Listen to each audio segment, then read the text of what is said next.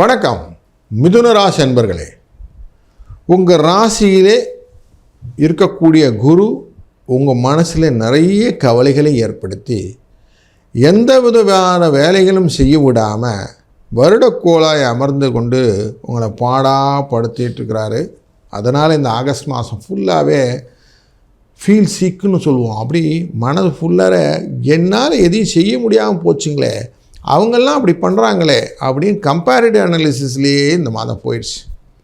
வரக்கூடிய மாதமான எனக்கு எதானு கிடைக்குமா, செப்டம்பராவது ஒளி விளக்கு தெரியுமா அப்படிங்கிற எண்ணத்தோடு கொஞ்சம் எட்டி பார்க்குற உங்களுக்கு 2ஆம் இடமான கடகராசியில் இருந்த சுக்கிர பகவான் 3ஆம் இடத்துக்கு செல்லுகிறார் அப்படின்னு சொல்ல போகிறேன்.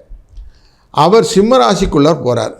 அங்கே வந்த உடனே சௌக்கியங்கள்னு சொல்லுவோம். மனதில் அனைத்து விதமான விஷயத்திலும் நல்லதொரு பலனை கொடுக்கக்கூடிய வாய்ப்பை கொண்டு வந்து விடுவார். ஏற்கனவே கேது 3ஆம் இடத்துல இருக்கிறார். நார்மலாக கேது கிரகங்கள்லாம் கொஞ்சம் பாம்பு கிரகங்கள்லாம் கொஞ்சம் இருக்கிற இடத்த பார்த்து கொஞ்சம் பலன்கள் நெகட்டிவாக இருக்கும். ஆனால் உங்களுக்கு 3ஆம் இடத்தில் இருக்கிற தலையில்லாத இந்த பாம்பு உங்களுக்கு லாபத்தை கொடுப்பார். அதனால் பண வரவை கொடுத்து விடுவார் அப்படின்றதும், பண வரத்தோடு சௌக்கியம் வருவது அப்படிங்கிறது எப்படி இருக்குது, திருமணம் போன்ற விஷயங்கள் எல்லாத்தையும் இனிஷியேட் பண்ணிடுவார். முக்கியமாக காமம் அப்படின்னு சொல்லுவோம். அந்த காமத்தை நீக்குவது அதான் வழி. இந்த சுக்கிரனும் கேதுவும் சேர்ந்தால் அப்படின்னு சொல்லுவாங்க. அப்போ திருமண தடை நீங்குவதற்கு ஒரு நல்ல வாய்ப்பு இருக்கிறது. புதன் சூரியன் இவங்க 2 பேருமே கன்னிராசிக்குள்ளே போயிடுறாங்க இந்த மாதத்தில். மாதத்தின் பிற்பகுதி, அது 15ஆம் தேதிக்கு அப்புறம் அங்கே வந்து உட்காந்துருவாங்க. இங்கே வந்து உட்கார்ந்த உடனே உங்கள் ராசிநாதனானவர் மண் மனை வாகனம் அப்படிங்கிற 4ஆம் இடத்துல மாத்ருஸ்தானம் அப்படிங்கிற இடத்துல நல்ல ஆட்சியில் மூலத்திரிகோணத்தில் ஜம்முன்னு உட்காந்துருவார், உச்சத்தில் உட்கார்றார். அப்போ நீங்கள் செய்யக்கூடிய காரியங்கள் எல்லாம் உங்களுக்கு நல்லதாக நடக்க போகிறதுன்னு அர்த்தம்.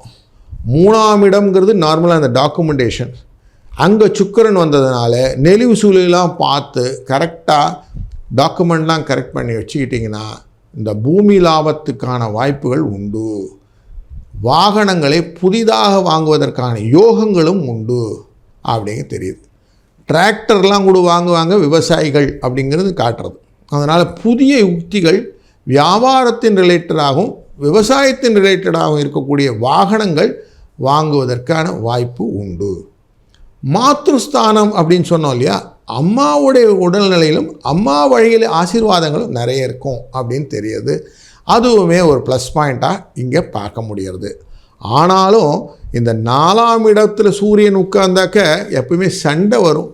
அதனால் கொஞ்சம் நான் தான் அப்படின்னு மமதையாக கர்வமாக பேசுகிறத மட்டும் கொஞ்சம் ஒதுக்கி வச்சுருங்க. என்னால் முடியும், நான் தான் பார்த்துட்ருக்குறேன் அப்படின்னுலாம் கொஞ்சம் குண்டக மண்டக பேசினீங்கன்னா அதுக்கான அடி நமக்கு உண்டு அப்படின்னு வச்சுக்கலாம். அதுக்கு பதிலாக பக்தி ஸ்ரத்தையாக பணிந்து போய்விட்டீர்கள் என்றால் நல்லது. அதுதான் இப்போ நடக்கணும். அப்படி நடக்கலைன்னா பிரச்சனையிலும் உண்டு. குரு உங்கள் ராசிக்குள்ளரே உட்கார்ந்துருக்கிறார் இல்லைங்களா, அவர் தன் பார்வையாலே துலாம் ராசியை பார்க்கிறார். அங்கே செவ்வாய் புகவான் போய் உட்கார போகிறார். செப்டம்பர் மாதம் 13ஆம் தேதி அன்றைக்கி அவர் போய் உட்கார்ந்துருவார். இவரை பார்த்த உடனே மங்கள யோகம் வந்துவிடும். குரு மங்கள யோகம் வந்தது அப்படின்னாலே வீட்டில் திருமண தடைகள் நீங்குவது மட்டுமில்லை, சுப செலவுகளும் உண்டாகும் அப்படிங்கிறது இருக்குது. அதனால் உங்கள் வயதானவர்களுக்கு இந்த சஷ்டியக்த பூர்த்திலாம் சொல்லுவோம் இல்லையா, அந்த மாதிரி 60ஆம் கல்யாணம் 80ஆம் கல்யாணம் இந்த மாதிரி விஷயங்களும் காதுகுத்தி போன்ற நல்ல விஷயங்களும் நடக்கும். குழந்தை இல்லாதவர்களுக்கு நல்லது ஒரு குழந்தை பாக்கியத்தை கொடுக்கக்கூடிய, அதாவது அடுத்த லெவல் ஆஃப் இம்ப்ரூவ்மெண்ட் அப்படிங்கிறத குரு கடாட்சத்திலே கிடைத்துவிட மங்களகரமான காரியங்களை செய்து கொடுப்பதற்கு இந்த குரு மங்கள யோகம் கொடுக்கும். இந்த செவ்வாய் 11க்குரியவர். இவரை பார்த்ததுனால தொழிலிலே லாபங்கள் பெருகும். புதிய முதலீடுகள் எல்லாம் உங்களுக்கு நல்லபடியாக ரிட்டர்ன்ஸ் கொடுக்கக்கூடிய அழகான வாய்ப்பு இருக்கிறது. ஏன்னா தனகாரகன் பார்க்கக்கூடியது 9ஆம் இடமான ராகுவை பார்ப்பதனாலே சிலருக்கு கோவில் ரிலேட்டடான விஷயங்கள் எல்லாத்துக்கும் நிறைய உங்களோட நிர்வாகம் பண்ணுறதுக்கெல்லாம் உங்களுக்கு சொல்லுவாங்க. கௌரவ பதவியெல்லாம் கிடைக்கும். சிலங்கெல்லாம் பரிவட்டம் கட்டி நல்ல பட்டம் கட்டி சொல்லுவாங்க இல்லையா, அப்படி நல்ல பட்டங்கள்லாம் கட்டி ஒரு விழாக்கள் எல்லாம் கொண்டாடக்கூடிய சூழ்நிலையை, சிலருக்கு கோவில் மாதிரி விக்கிரகங்கள் எல்லாம் பூமியிலேருந்து கிடைக்கக்கூடிய சூழ்நிலையும் உண்டு. இப்படி நல்ல விஷயங்கள் எல்லாம் நிறைய இருக்குது. லாபங்களை நோக்கி எண்ணும்போது வியாபாரத்திலே நம்ம வேலை நிறைய செய்யணும். அப்போ வேலை செஞ்சால் தான் வரும்ன்றதுனால சூரியனும் புதனும் அமர்ந்து கொண்டு பார்ப்பது தொழில் ஸ்தானத்தை பார்க்குறாங்க. தொழில் ஸ்தானத்தில் சனி பகவான் வக்கரகதியிலே அமர்ந்திருக்கிறார். வேலை செய்கிறது மட்டும் இல்லை, நமக்கு கீழே இருக்கிறவங்களெல்லாம் அப்படி அணைச்சி செஞ்சுருங்கன்னா உங்களுக்கு காசு வரும். அவங்கக்கிட்ட கொஞ்சம் குண்டக்க மண்டக்க பண்ணோம்னா அவங்க திருப்பி நமக்கு வச்சு செஞ்சுருவாங்க. அதனால் அவங்களையும் அரவணைச்சி செஞ்சு கொண்டு வருது அந்த ஹியூமன் ரிலேஷன் அப்படின்னு சொல்லுவோம். அப்படி எல்லாருக்கும் மன மகிழ்ச்சியோடு செய்தீர்களானால் உங்களுக்கு நல்ல விஷயம் நடக்கும். வேலை இல்லாத அன்பர்களுக்கு வேலை வாய்ப்பு கிடைப்பதற்கும், வேலையில் இருப்பவங்களுக்கு நல்ல பதவி உயர்வு, சம்பள உயர்வு கிடைப்பதற்கும் ஒரு நல்ல முகாந்திரம் தெரிகிறது.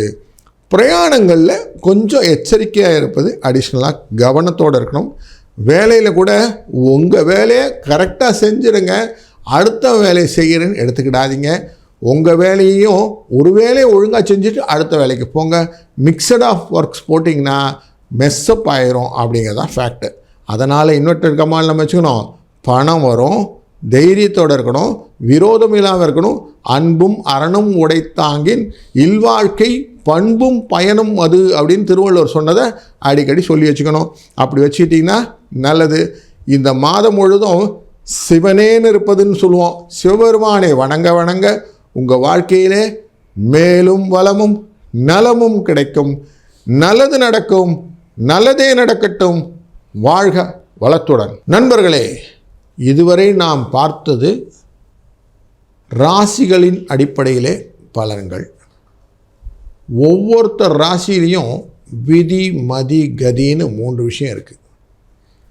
ராசிங்கிறது நமக்கு வெறும் சந்திரன் அடிப்படையில் பார்க்கறது. கதி அப்படிங்கிறது நம்ம ஒரு மூமெண்ட் ஆஃப் லக்னத்தை வச்சுக்கொண்டு பார்க்கறது.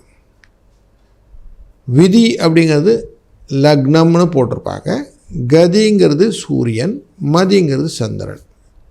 இந்த 3 பேருமே நம்ம அப்படி சேர்ந்து பார்த்தா தான் ஒரு முழு ஜாதகம் புரியும். பொது பலன்களை பார்க்கும்போது பொதுவான விஷயங்கள் இருப்பதனாலே கொஞ்சம் உங்கள் ஜாதகத்தை நல்லா அனலைஸ் பண்ணி, தொழிலிலோ குடும்பத்திலோ பிரச்சனைகள் இருந்தால் அதிலிருந்து நிவர்த்தி பெறுவதற்கு என்ன வழி அப்படின்னு எண்ணம் கொண்டால் அவசியம் இந்த காணொளியை பார்த்துவிட்டு எங்களை தொடர்பு கொள்ளலாம். அதற்கான பலன்கள் உங்களுக்கு சொல்லப்படும். வித்து அந்த சர்வீஸ்க்கான ஃபீஸ் வில் பி சார்ஜ்டு. வாழ்க வளத்துடன்.